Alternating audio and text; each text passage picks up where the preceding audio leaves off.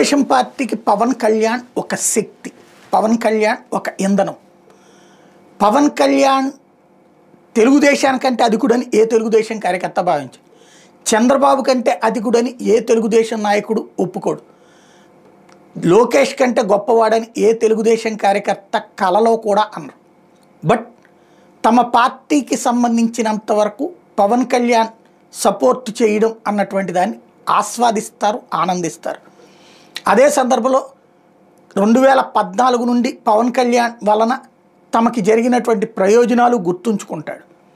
At the same time మొన్న అధికారంలోకి రావడానికి పవన్ కళ్యాణ్ తోడ్పాటు ఉందని ఒప్పుకుంటాడు. రాబోయే రోజుల్లో తెలుగుదేశం సుదీర్ఘకాలం పాటు అధికారంలో ఉండటానికి, లైక్ బెంగాల్లో కమ్యూనిస్టుల తరహాలో, లేదంటే మధ్యప్రదేశ్లో బీజేపీ తరహాలో, గుజరాత్లో బీజేపీ తరహాలో, ఇక్కడ లాంగ్ స్టాండింగ్ తెలుగుదేశం పార్టీ ప్రభుత్వానికి అండగా పవన్ కళ్యాణ్ ఉంటాడు. బీహార్లో నితీష్ కుమార్ని ముందు పెట్టి బీజేపీ అయినా లేకపోతే మరెవరైనా ఏళ్ల తరబడి ఎలా నడిపించారో అలాగే ఖచ్చితంగా ఉంటుంది.